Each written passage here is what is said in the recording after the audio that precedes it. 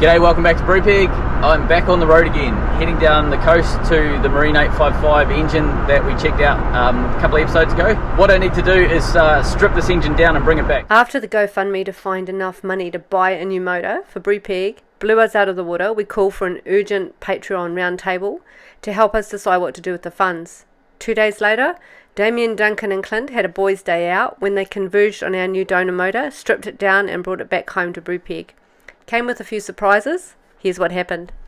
With little money, lots of support, Kiwi ingenuity and good old blood, sweat and tears, we're creating a community expedition and research boat built and run by volunteers from around the world, because life is too short not to fight for your dream. I took a stroll downtown this evening when I heard music echo through the night. The same old songs that I heard the night before. So I started running so I wouldn't be too late.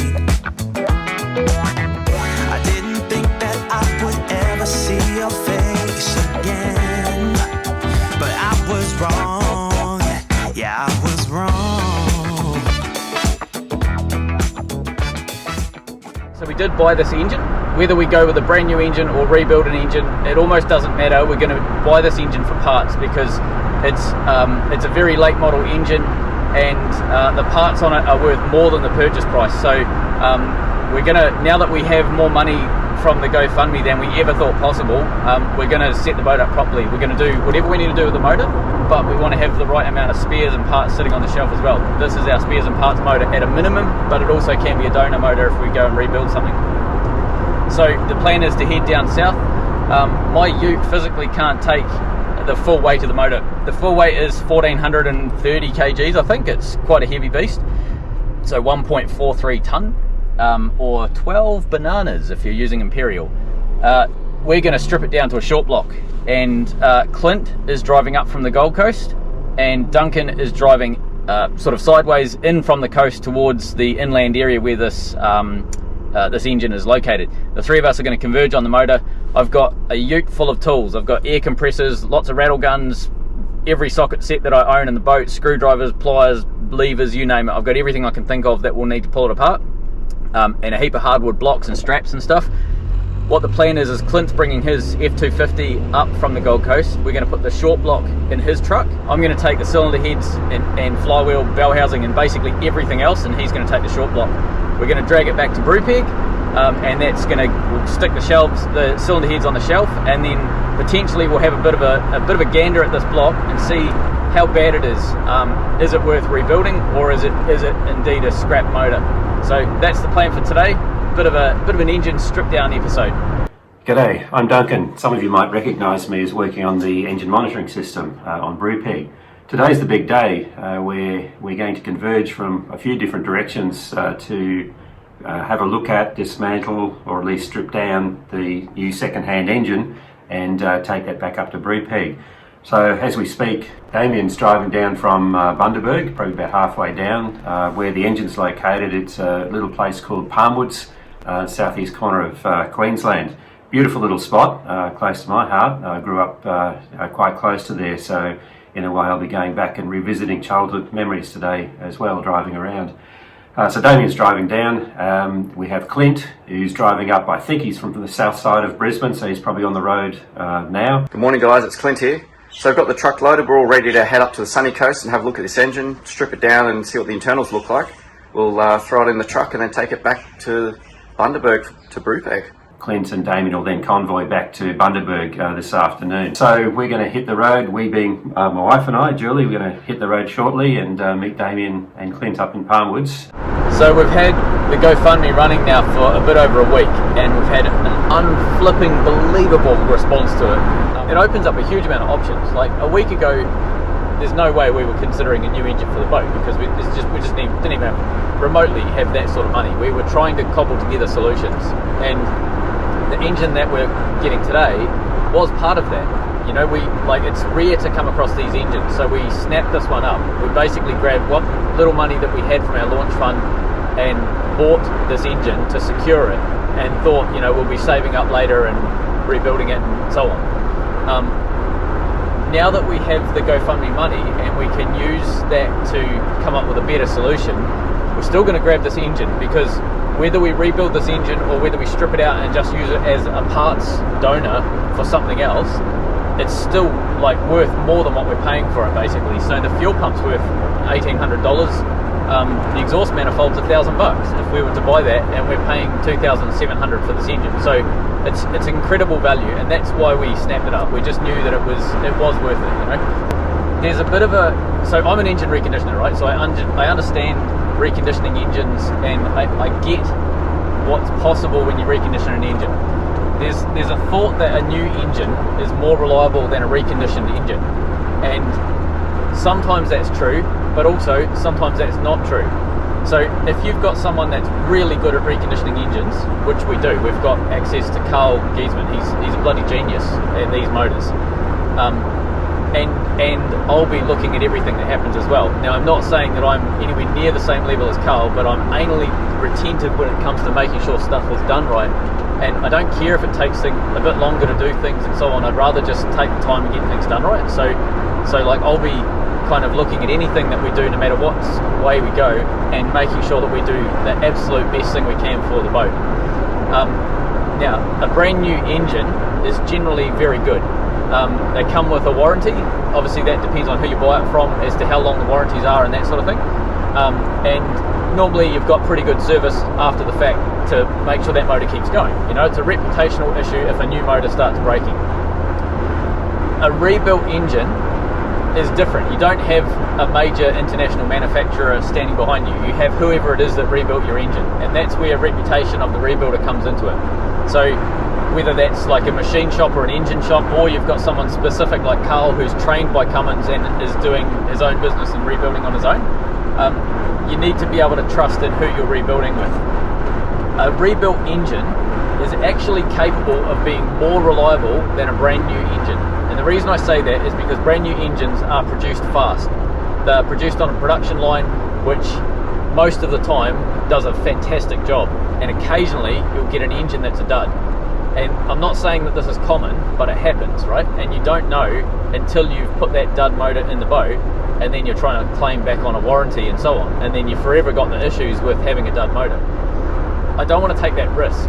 If we're going to put a new motor in Brupeg, I want it to be spot on. So I'm open to a new motor, but I want to make sure that it's got the best possible chance of being phenomenal for the boat. And this choice is possible because of the GoFundMe. This was never going to be an option prior to GoFundMe. And it's not my choice to make as well. So Jess has final say on what option we go with. But our Patreons at the round table also basically pile in. We do a round table on anything critical on the boat, and they pile in on terms of advice, decisions, experience. There's a lot of experienced people in there, so they pile in with their experience about different options. And it means that we don't have to rely on just Damien or just Jess or guessing or anything like that to come up with a good decision. We can come up with something that's like really, really tested in terms of how good a decision is going to be, and we're really confident going forward once that decision is made. And to put this in context, when a professional racing car team buys a new engine to put together for their cars, they practically buy a brand new engine and then strip it down and rebuild it so that they know that it's going to be reliable for them to race. So it gives you an idea. Like, it is quite common to trust a rebuild over top of a brand new motor, and rebuilds should in theory last as long as a new motor if they're done right. And that's why we've spent so long deliberating over this choice, to make sure that we get the absolute right decision for this boat.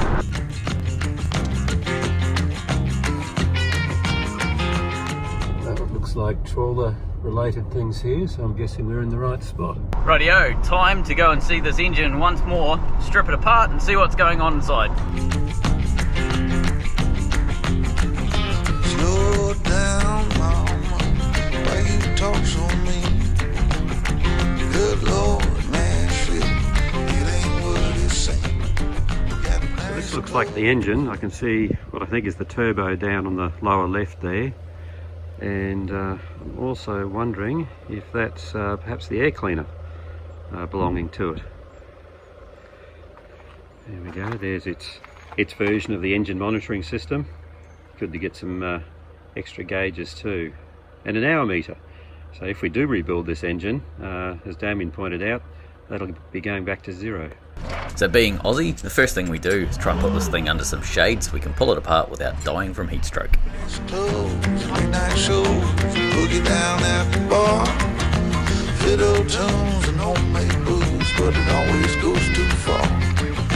Shooting pool, crack a jack, take off now, don't look back, but hey, don't you wanna play?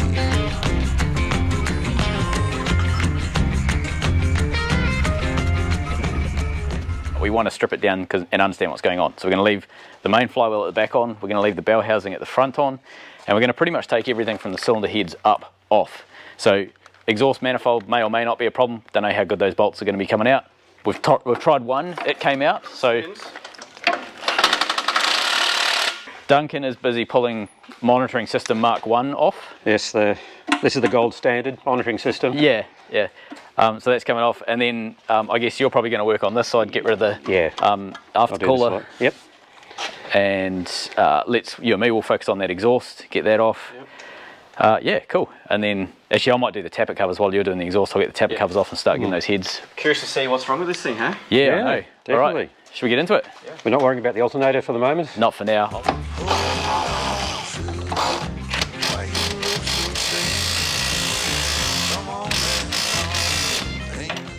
It turned it a little bit, and then it stopped.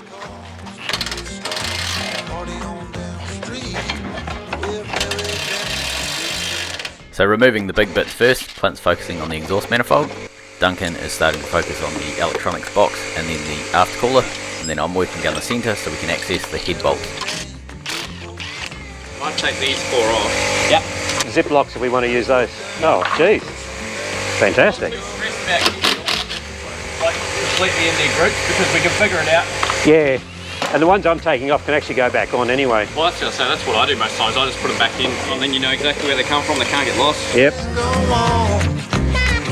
There goes the turbo crossover pipe. This 3/4 inch rattle gun that I'm lifting just here is a beast. It was donated by Michael Wood. We were going to use it to pull the head bolts off. Unfortunately, my air compressor isn't able to keep up with it. So we're going to do a bit of an upgrade on that soon, and this thing will be able to unleash the fury on some of our big engine bolts. I think this has been sitting for 5 years. First look, relatively tidy, bit of condensation rubbish to be expected, but it's pretty nice in there. There goes the original Cummins start box. Right. Unless there's anything in that you want to use, we're probably going to bin that, I'm guessing. Yeah, that one. These 3 to go, and then if you want to grab one end and... Oh, Upside down bolts. Oh. Take it off there. Maybe we'll pull that pipe off with it. yep, fantastic. Alright, what do we need to take off at this end? I don't know if there's anything holding that. I think it's just maybe rubber. It'll just pull out. Lever up. Yep.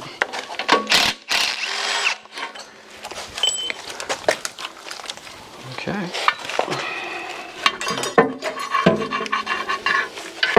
Twist it maybe. There's probably a O-ring.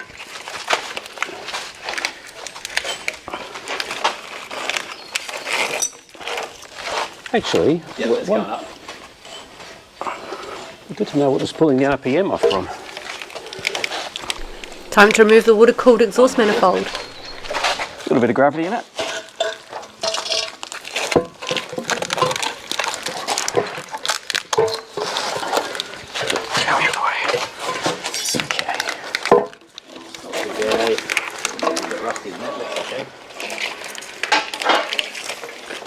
These are exhaust ports. You've got like cooling O-rings, like cooling bracket goes in there. Everything looks pretty good. So your frost plugs are not too bad. There's no sort of major leaks or anything. Cool.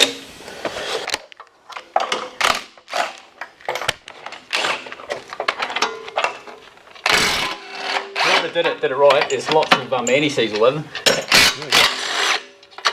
The first rocker box goes. There we go.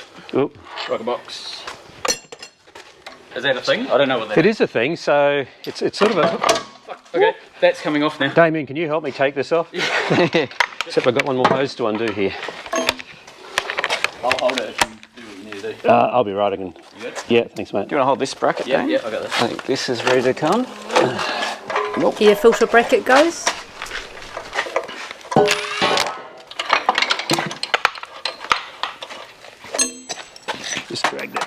hose off. Duncan removes the after cooler. So I'm still curious how it's picked up its RPM. Sometimes Alternator? Well, sometimes they have a mechanical something. Oh, there it is. That's your mechanical drive RPM right there. oh, beautiful. I don't know if they use it. So the new alternator's got that 4-pole connector thing. So with the current motor and the current alternator, we're going to tap off that.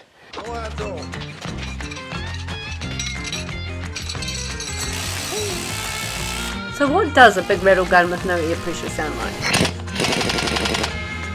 That doesn't sound very healthy. I might just chuck a bit of oil in that thing. It hasn't been oiled for ages.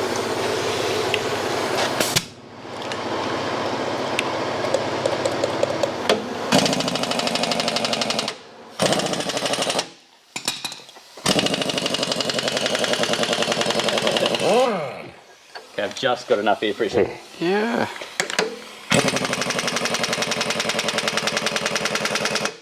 These bigger airlines. It seems that way, doesn't it? Yeah. Because yes, the air compressor's charged, so Yeah, it's... it's not kicking back in, so it must No, it's got the pressure. Yeah, it doesn't have the volume, I guess.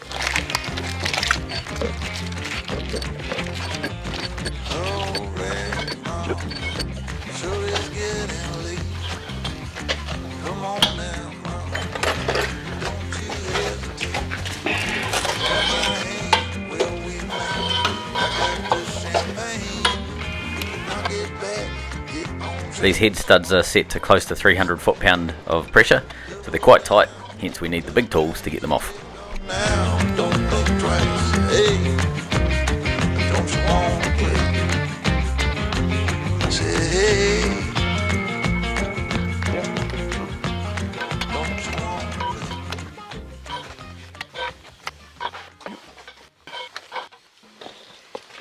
Here I'm using a flathead screwdriver to take the fuel crossover pipes off between each cylinder head, while Clint takes the last of the head studs out with the battery rattle gun now that we've loosened them off.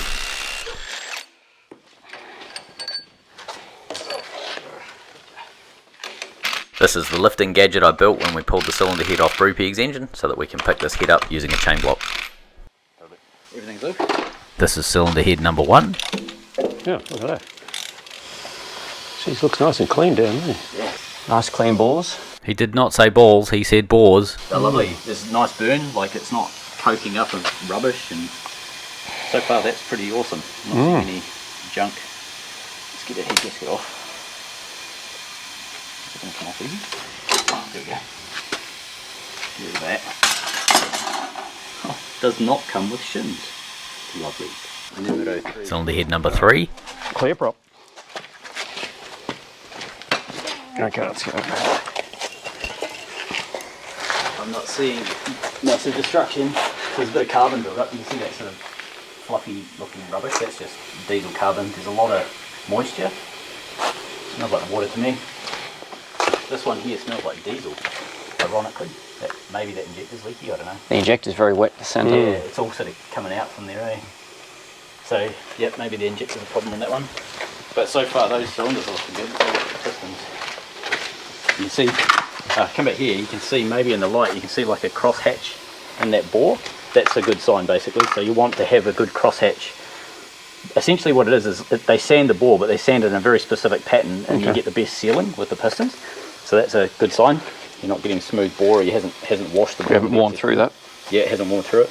There's no wear. So one way of telling how good an engine is, run your fingernail up and down between where it goes clean here, where the top ring has come up to, and then you've got carbon above it. If you can run your finger like that and there's no discernible lip, there's no problem with that cylinder. That liner is theoretically good on this side. Could be corroded on the outside, you don't know, but this liner on the inside is perfect. Can't see any... Oh, what's that? Oh, no, it's just a bit of rubbish. Oh, there's the problem. This one's got trees inside it. Yeah. Those are looking fine, eh? There's a wee bit of, like, it's not running real great. You can see there's sort of carbon build up and there's sort of random discoloration. See here you've got circle there, circle there, circle there, all the way around. So it's not real great combustion. This injector was a bit rubbish because that shouldn't show that. It should be like a clean, perfect burn. This one here, see that white colour? That's again not real great in terms of, oh, maybe that's a bit of water or something going on. Oh, maybe not. it's sort of showing that it's not really burning great, and this one here is the same. But if you look at this one up here, oops, the trees out the way. Oh, I ruined that one. But see down here, you've got basically everything's the same colour. There's no, you can't discern where the injector's squirting and where it isn't. Everything's spot on, and it's so clean that you can just read the part numbers off the pistons perfectly. So yeah, there's a part number that just sits there. Look at that. There it is. Like that gives you an idea of how good the combustion should be when the carbon is just literally not even staying on there. So this end of the motor is really good. That one there is not burning crash hot, but that could just be rubbish injectors. Well, the final part, we get to see the middle next. I know. Yeah. Dun. We saved it. Is this where the issue is, or what? Maybe. I'm wondering. Okay, so far we're not seeing I'm not anything. seeing a shit engine. We're not seeing anything. No. There's nothing to say why this engine stopped so far. No. It spins over freely. 4 of the And- 6 and- look good so far. So They said that there was possibly a cam issue, so it might even be that you could theoretically just replace the cam. So, like, based on what we know now, you could theoretically replace the cam and maybe get this thing up and running again. we didn't. Yeah. Yeah. And there was no hint with the valves we've already got out. No, No, valves look great. there's nothing wrong with them. Right, so There's drum roll. just a little bit of surface rust in the top, but that's Yeah, That's just sitting. well, before literally Oh, even gone. literally wipes off. So, Yeah. you know, that's nothing. it's great. All right, should we get this one off? You guys ready to lift it? Ready to lift. Oh, there we go. Hey, get that problem, child. Oh, there it is. That looks a little different. Lucky last. We knew that. Okay, let's. Okay, going in line. Yep. All right, clear. Okay, what are we? Okay, so it's number 3. Look at the difference between this. See how you got all this water and crap and rust and just garbage all the way around there? It's really, really obvious that something's different between that cylinder and that one there. This one's burning fine. A little bit of rust on here, but nothing, no big deal, right? These ones here are burning great. These ones here are burning great. Maybe leaky injectors or whatever, but essentially no problem. This one you can see that there's clear discoloration. You've got clear water and something else going on. So this is the problem child. So we need to have a look at the cylinder now.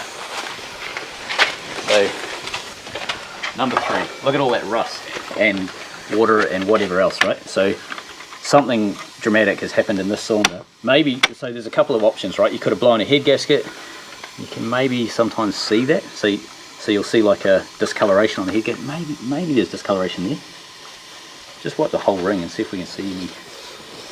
So it looks like it's seeing some water up there. Yeah. Like, maybe there's a slight change between there and there, maybe. But it's very marginal. Very minor, if anything. Yeah. So Let's get it off and see if we can. Okay, I'll just get that little bit off now. okay. Can't believe how clean the other pistons are. There we go. There's something going on there. Okay, so what we're looking for is basically weird discoloration on this. See this little lip that you can see just here? That presses into the head gasket hard so that it seals up. And you're looking for weird discoloration or nicks or bumps. I'm not seeing that, like. So I'm thinking. So that means there's 2 things in this. The problem's either in the cylinder, the wall of the cylinder, or it's in the head itself. And it could actually be a leaky injector sleeve. Let's have a look. That's what failed on our motor. So basically water comes out the injector hole here. And the giveaway, if we pull that injector, the giveaway will be milky rubbish inside the injector or around the injector. So maybe we do that. Maybe we just pull that injector and see if we can diagnose it based on that. At least you can confirm what's the problem then. Yeah, we're not going to be able to pull the liner out or anything, but we can rule out this. Yeah. So, all right, cool. So Damien, that would let water in if that sleeve's Yeah. leaking? So if that sleeve's leaking, basically, there's nothing to stop water going from the head cooling jacket to Yep. jump straight into the cylinder. Okay. Yeah. Which is exactly what failed on number 5 on Right. the original motor. Yeah. But it's $22 to put a new sleeve in, so it's a non-issue. All right. But other than that, the rest of it's looking It's immaculate. fantastic. We just have to figure out why it failed. Yeah. Like that's the only thing we need to really understand. But yeah, no, that's great. And that part number there, what that allows us to do is determine what compression ratio these are. I know that they're 14.5 to 1, but we can guarantee that with that part number. And on the fuel pump, there is some numbers here. So you got CPL numbers and things on this fuel pump, and that also tells you what the fuel pressure and everything is sort of set to, so that you can then determine how much fuel it's getting, how much horsepower it'll make, and so on. So like with these commercial engines, every single part of them, it's like Lego, you just build it to what you need. So these will do up to, I think 580 horsepower is the maximum these engines can go, and they go down to about 220 or something like that.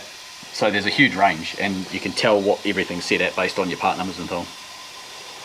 So the horsepower, that's based on fuel supply and compression ratio? Yeah. Are they the main things? Well, pretty much all of them are 14.5 to 1, ironically. Oh, right. Turbo as well. Yeah, and all True, they do yep. is increase or decrease boost and fuel. Got it. So, yeah.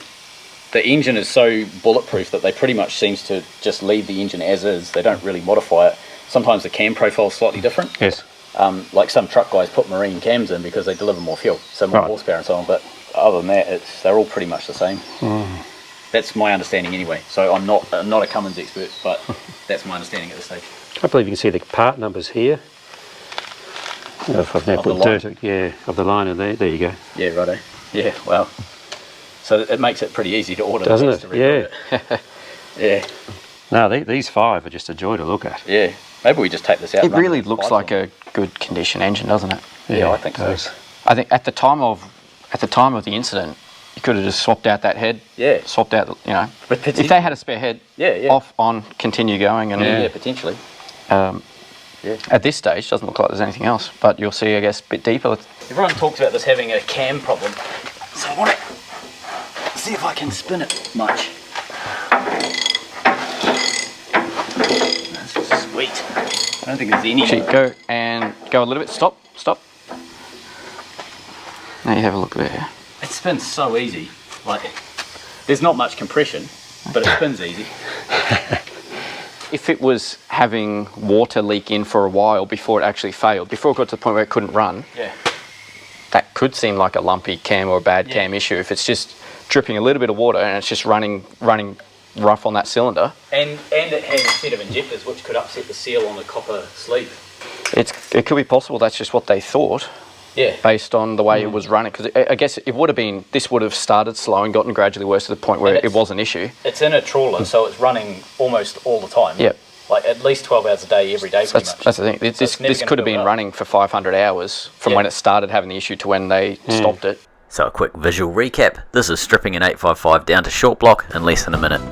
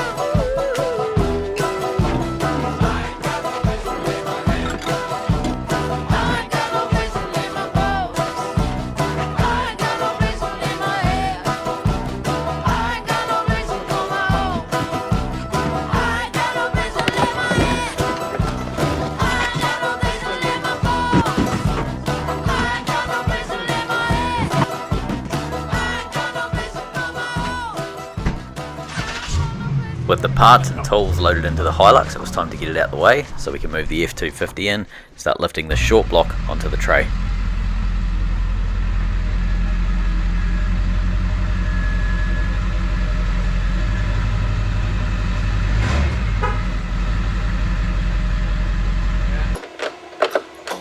On the count of 3. Sounds like a solenoid not engaging. Yeah.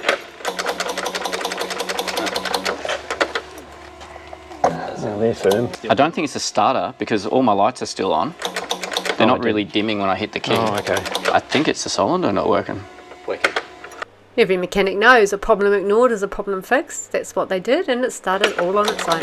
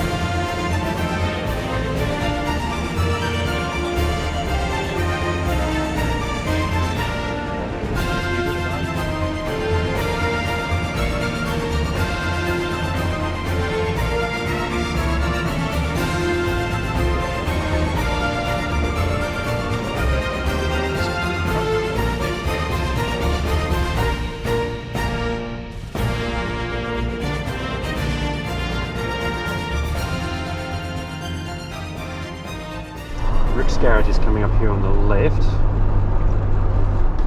Cool, let's find a park. Yeah, we've got to find a park. Time for a spot of lunch. We found a licensed diner, whatever that is. They obviously serve motor oil, which is great. So let's get ourselves some food. So we're back on the road. Clint is just behind me in his truck. He's got the short block, I've got all the accessories. And we're hoping we'll be back at the boat by about 6 p.m. We'll probably crash tonight, been a long day. And first thing in the morning, we're catching up with John and Dee, some patrons that have cruised up from Tasmania in their awesome looking little trawler. I shouldn't say little, I've been told off for that in the past, calling other people's boats little or cute. Cute's another one people don't like. I've learnt that. It's not about size, I don't have to compensate for anything. I have a massive trawler. So the plan tomorrow is, I think me and Clint are going to maybe pull the camshaft out, or at least pull the covers off the side and actually access the camshaft so we can sort of see what condition the cam's in, so that we can rule that out or in whether that's actually a problem. Because so far I'm not seeing an engine that's self-destructing. I'm seeing a few minor problems, but nothing that can't be repaired incredibly easily.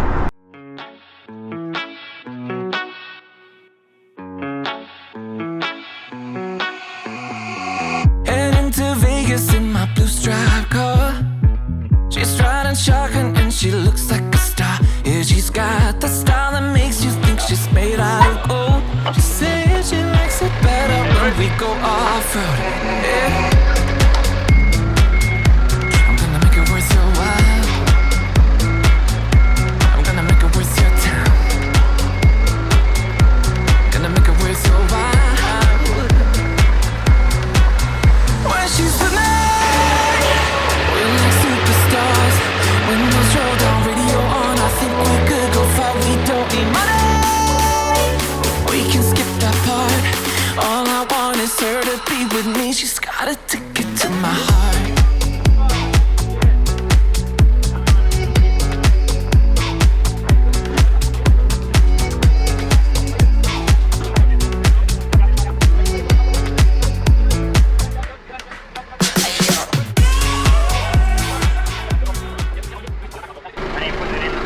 Oh, it's got to be rebuilt first. We've got to check that it's... Next week will be missing. Yeah, there's no delay, honestly. Yeah. No delay. No, it's very unlike us. We have all the parts ready to go. The sky is blue, I got the sun in my eyes. They can't get better than when she makes the Hey, boy, we just realised we've got to lift it because we can't get the bloody crap out from under it. Turning up the volume on the radio. I'm gonna make it worth your while. I'm gonna make it worth your time. I'm gonna make it worth your while. When she's with me, we're like superstars. Windows roll down, radio on. I think we could go far. We don't need money. We can skip that part. All I want is her to be with me. She's got a ticket to my heart.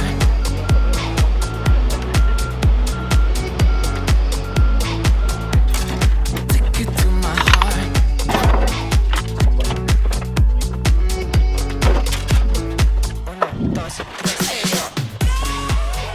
So this engine so far is looking just spotless, pretty much. There's water getting into the cylinder, and I don't know where that's getting from. They diagnosed it as having a camshaft problem and therefore running like a bag of rubbish, but I suspect that it's been misdiagnosed.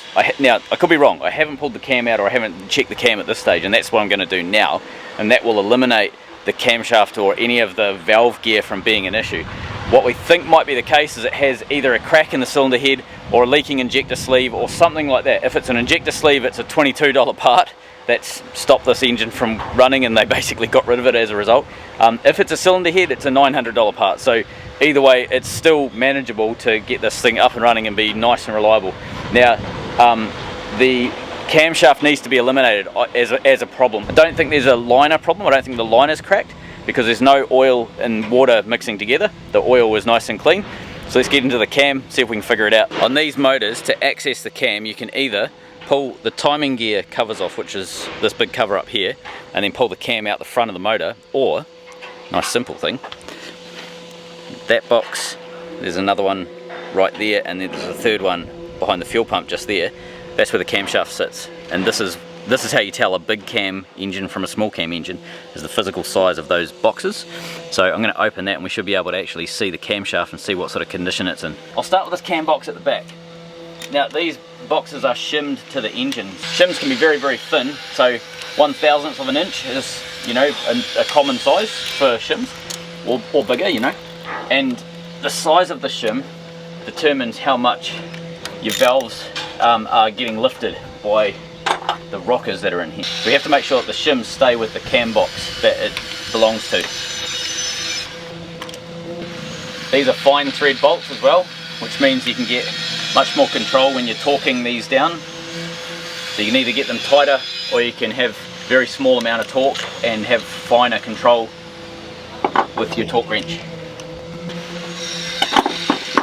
Okay, now I don't want this thing to fall on the ground, so I'm just going to put a couple of threads in these guys here and take this off. It allows me to not spring it onto the ground and drop it. Alright, so there you go. These are your rockers and there'll be a roller, so there's that little roller there. So I'll flip these over. Someone's left some tools in the engine. That's really funny. So these rollers roll on the camshaft lobes. And these are your camshaft lobes in here. And what they do is they essentially push that socket. It's just a curved machined face.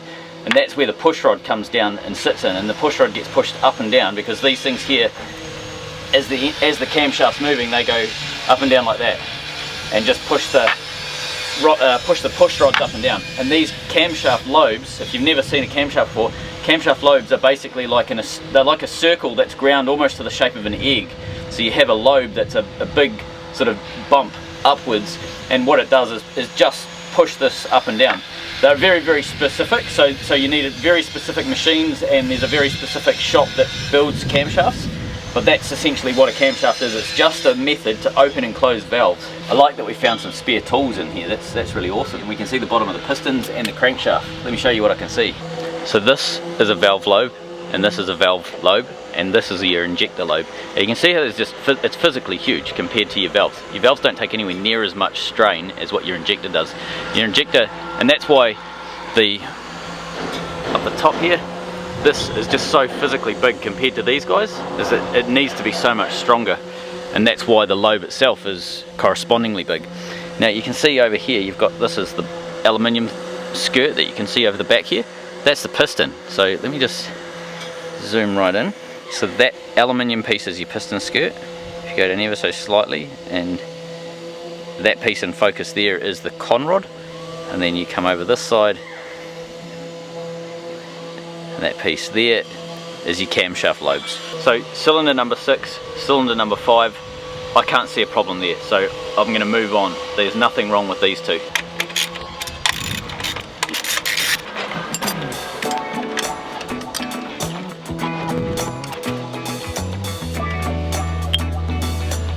Number 4 cylinder, number 3 cylinder, this is where I think we're going to see a problem, if there is one.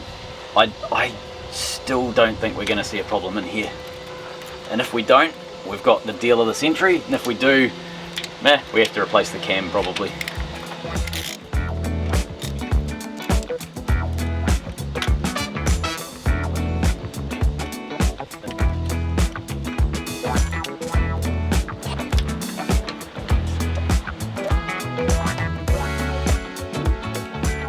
Holy shit, would you look at that. I'm saving the best to last because it's really impressive. Number 4 has 0 problems that I can see. That cam looks perfect. But man, wait till you see how perfect number 3 is. That's what they diagnosed that was destroyed. And that is looking perfect. So where does this actually leave us then? The original plan was to get running on Brupeg's original engine. That's long gone. That engine's too far gone to go down that road. We have figured out what we can do with that engine though, so we're going to part it out. The cylinder heads are not interchangeable with this motor, so we're going to sell the cylinder heads. One of them has been reconditioned and the other 2 are in perfectly ordinary good working condition. The injectors have just been rebuilt. They're not interchangeable, so I'm going to sell those injectors. Don't need to use those anymore. There's no point in us holding on to them. The fuel pump is interchangeable. I'm going to keep the fuel pump. That's well worth having a spare sitting on the shelf. The rest of this motor is too new compared to our one. Our one's too old basically to have any parts that are that interchangeable. So I am going to sell the bottom end of the engine, so the block, the rods and the pistons and liners and everything else. I'm going to sell all of that in case anybody wants basically a spare crank, a spare cam, spare rods for an early Cummins. So I'll put all of that on like Facebook Marketplace or something like that to sell that. We don't really have to recover a lot for it. We just basically need to get it off the boat. Where are we at with this motor? So I'm really confident that it was diagnosed incorrectly. It was diagnosed as having a faulty cam, and the experts had pretty much written this motor off as a dud. And I'm just not seeing the evidence. There's nothing wrong with this motor. Inside it is meticulous, as you would expect. A practically brand new engine. This thing's only had 5,800 hours, and normally these engines will last 100,000 hours before they're replaced. They'll go through 2 rebuilds, so every 30,000. So you'll rebuild it at 30, 60, and replace it at 100. This thing's done 5,800 hours, so 5.8% of its life. So, you know, or 20% of its first rebuild, if you want to look at it that way as well. It's spotless. You could theoretically take that one cylinder out of number 3, hone that bore and clean that rust up, throw a set of rings in that cylinder, and be away laughing. You know, put the heads back on and so on. Like, there's absolutely no reason you couldn't get away with doing that on this motor, and it'd be quite a safe motor. But I think that we are probably going to end up rebuilding this motor. It's in such good condition. It's practically a brand new engine, so it's just so much more value for money to actually work on this engine rather than buying a new one that could potentially have a problem that we don't know about. This one we get to eyeball everything. After the amazing GoFundMe response, we have the donor motor, and unbelievably it looks okay. Thanks to Duncan and Clint for helping us retrieve our lovely motor. Within a 2-week period, we've had an emergency roundtable with our Patreons to decide how to use the funding, and after Clint and Damien brainstormed for quite a while about electric motors, we had our public live feed with you guys to let you know what's... Whilst I'm doing colouring in, look at all the colouring I've been doing. As Duncan pointed out, that kindergarten education really came in handy. It really came in handy. Yeah, there was absolutely no condescension in that. Damien's offered to train me on how to do it. And we come up with a plan, but that's for next week. Thanks for everything, guys.